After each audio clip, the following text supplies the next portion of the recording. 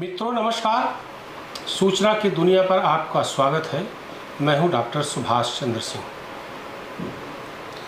मित्रों 2007 में एक फिल्म आई थी, उसका नाम था भारत की पुकार। आप लोग भूल गए होंगे, बहुत समय हो गया, तो मैं आपको याद दिला दूं। ये भारत की पुकार फिल्म बनाई थी अल्पना शर्मा तलवार ने। सहारनपुर के रहने वाली हैं, इनको कह सकते हैं ये कलाकार हैं, सामाजिक कार्यकर्ता हैं और समाज में जागरूकता फैलाने वाली नायिका है। अब मैं फिल्म के बारे में बता दूं ताकि थोड़ा सा आपको पृष्ठभूमि समझने में मदद मिले। फिल्म का नाम मैंने बता दिया है, भारत की पुकार। यह ज्वलंत मुद्दे पर फिल्म बनाई गई थी और बहुत चर्चा हुई थी इसकी, और इसको लेकर के बहुत विवाद भी हुआ था और इन पर जो है FIR हो गई थी, जिसका केस अभी तक चल रहा है। यह फिल्म थी दरअसल लव जिहाद पर, जो आज और बढ़ गया है, कम नहीं हुआ है, उसके रूप बदल गए होंगे संभवतः, लेकिन आज भी है। अभी सोनाक्षी सिन्हा का आपने केस सुना होगा, उन्होंने एक मुसलमान से शादी की। अब इसको सामान्य रूप से आप लव जिहाद नहीं कर सकते हैं, क्योंकि जो परिभाषा लव जिहाद की है वह है जोर जबरदस्ती मुस्लिम द्वारा हिंदू लड़की से शादी करना, बहका करके, फुसला करके, डर दिखा करके, सपने दिखा करके। अब सोनाक्षी सिन्हा का केस इस परिभाषा में नहीं आता है। अब मैं ये नहीं कहूँगा कि वो लव जिहाद है या नहीं, ये अल्पना जी बताएंगी। तो केवल लव जिहाद ही फिल्म इन्होंने नहीं बनाई, इन्होंने वृद्धों की समस्या पर फिल्म बनाई। इसके अलावा उन्होंने राम रति निवास नाम की फिल्म बनाई, बुद्धम शरणम गच्छाम, हाड़ा रानी, पन्नाधाई, स्वर्ण प्रभात, हाँ जी, गंगा अवतरण। हाँ, गंगा अवतरण। तो आप ये मानिए कि बहुविध प्रतिभा की धनी है, केवल लव जिहाद या समाज की कुरीतियों के खिलाफ लड़ती ही नहीं, बल्कि बहुत सारे सकारात्मक काम भी कर रही हैं। इन्हीं से जानते हैं। तो अल्पना जी पहले थोड़ा अपने बारे में बताइए संक्षेप में। जी नमस्कार, बहुत बहुत धन्यवाद। मैं अल्पना तलवार सहारनपुर की रहने वाली हूँ, एडवोकेट हूँ, कलाकार हूँ और सोशल एक्टिविस्ट हूँ।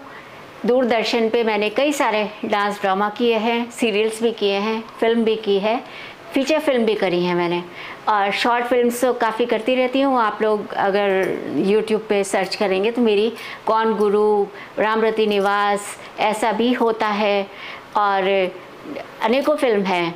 गंगा अवतरण भी में है, बुद्धम शरणम गच्छामि भी है। तो ये सब मैं कर रही हूँ। थोड़ा लव जिहाद वाली जो फिल्म बनाई थी, संक्षेप में उस पर थोड़ा सा कर दें, क्योंकि मुझे लगता है कि कम बता पाए हैं जी।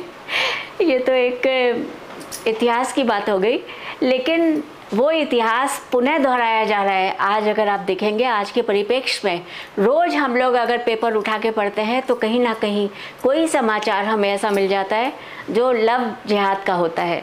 और ये पहले भी होते थे, गंधर्व विवाह भी होते थे, स्वयंवर भी होते थे, लेकिन इस तरह से हमारी सनातन संस्कृति पे जो अटैक किया जा रहा है वो बहुत शर्मनाक है।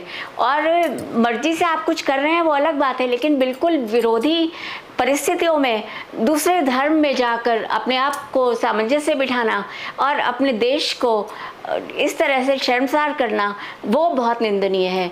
तो मैंने फिल्म में जो आपने किस तरह से वो करते हैं, अंजाम देते हैं घटनाओं, इस बारे में कुछ अगर जिक्र किया हो तो उसका।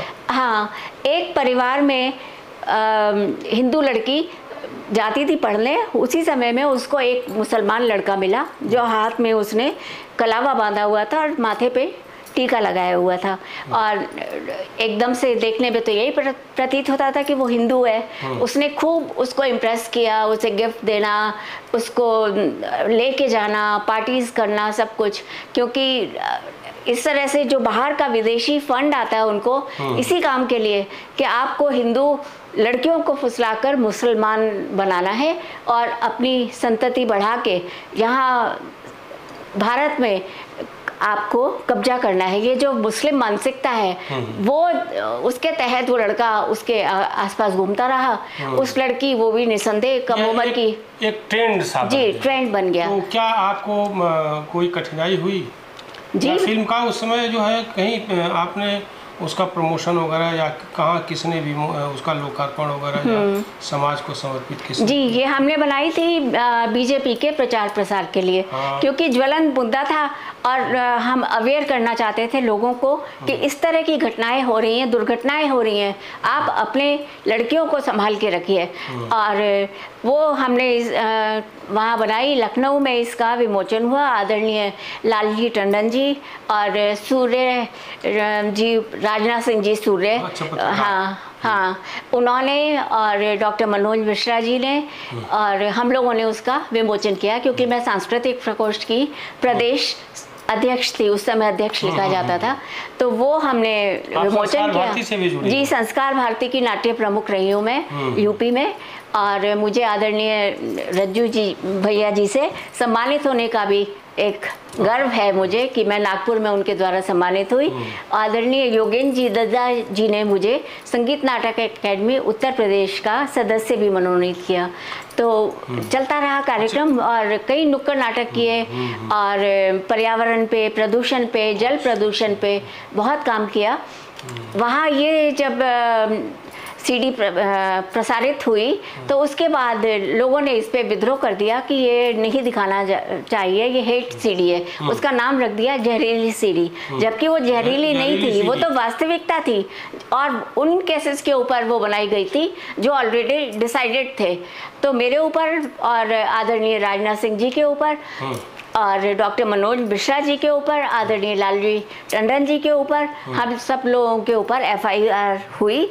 उन लोगों के नाम तो धीरे धीरे निकलते चले गए, कुछ उनमें से अब है भी नहीं। और 120 डी जी मनोज मिश्रा कानपुर, हाँ उनकी भी डेथ हो गई। हाँ जी, तो अब मैं ही बची हूँ मोर्चे पे मैं ही डट रही हूँ। और ये कोई कानूनी अपराध नहीं होता, क्योंकि जो चीज़ लाइब्रेरी में दिखाई जा चुकी है, बुक्स रखी हैं, उसके ऊपर अगर हम कुछ बनाते हैं तो उसके ऊपर बनाना कोई अपराध नहीं है। अल्पना जी के बारे में थोड़ा मैं बता दूँ, शुरू हलक बता देना चाहिए था। ये जॉइंट फैमिली में रहती हैं, साथ में मतलब ये पति पत्नी तो है ही हैं, 2 बेटे हैं, दोनों बहुएं हैं, इनका पोता है और इनकी सास भी साथ में रहती हैं जी। अब समझ लीजिए कि कितने संस्कार और कितने पारिवारिक माहौल को इन्होंने समाज में बना रखा है। आपने वृद्धों की समस्याओं पर एक जी बनाई, अभी रिसेंटली बनाई है मैंने, रामरती निवास। हाँ। मैंने काम किया है उसमें, आप देखिएगा यूट्यूब पे आपको मिल जाएगी। तो वो किस तरह से आज का जो युग है, इसमें सब लोग वृद्धाश्रम बनाते हैं और अपने बड़े बूढ़ों को वृद्धाश्रम में छोड़ के आ जाते हैं। तो उसमें वही दिखाया कि एक महिला को वृद्धाश्रम में छोड़ के उसके बेटा बहू चले गए, उसको ये भी नहीं बताया कि हमने घर बेच दिया। वो आती है अपना घर देखने वहाँ से, तो उसे पता चलता है कि यहाँ तो रामरती निवास लिखा हुआ है, किसी दूसरे का घर हो गया वो। तो वो परेशान होती है, निसंदेह अपना घर नहीं मिलेगा तो आदमी परेशान होगा।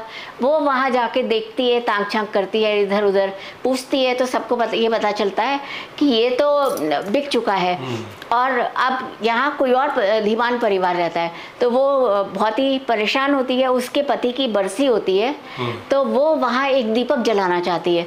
वहाँ जाती है, उनसे अनुमति लेती है कि मैं उस कमरे में दीपक जलाना चाहती हूँ जहाँ मेरे पति की मृत्यु हुई थी। तो वो परिवार आपस में विचार विमर्श करके अनुमति दे देते हैं। हाँ, उन्होंने अनुमति दे दी।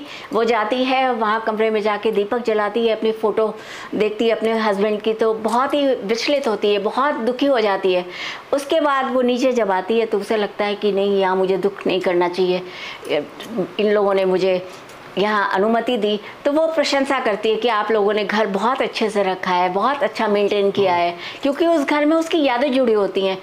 कोने कोने में उसको एहसास होता है कि मैं यहाँ शादी करके आई थी, किस तरह से मेरे बच्चे हुए, किस तरह से मेरे पति नहीं थे, पुरानी यादें, सब कुछ वो सोचती है। और उसके बाद वो उनसे अनुमति लेके चलना चाहती है। तो वो जो परिवार है, वो जो वहाँ पे हस्बैंड है, वो कहता है अपनी वाइफ से कि इनको चाय तो पिला दो कम से कम। वो चाय पिलाती है, चाय पी रही होती है, तभी वो बहू अपने हस्बैंड को बुलाती है, वाइफ, अब वो कहती है कि भाई हम इन्हें माता जी को अगर यहीं रख लें तो वो कहता है कैसे, नौकरानी बना के? तो वो कहती है नहीं, नौकरानी बना के नहीं, एक बूढ़ी अम्मा की तरह, दादी की तरह। इनको भी घर मिल जाएगा और हमें भी, एक छोटी बच्ची है, हमें माँ मिल जाएगी, उसको संरक्षण मिल जाएगा।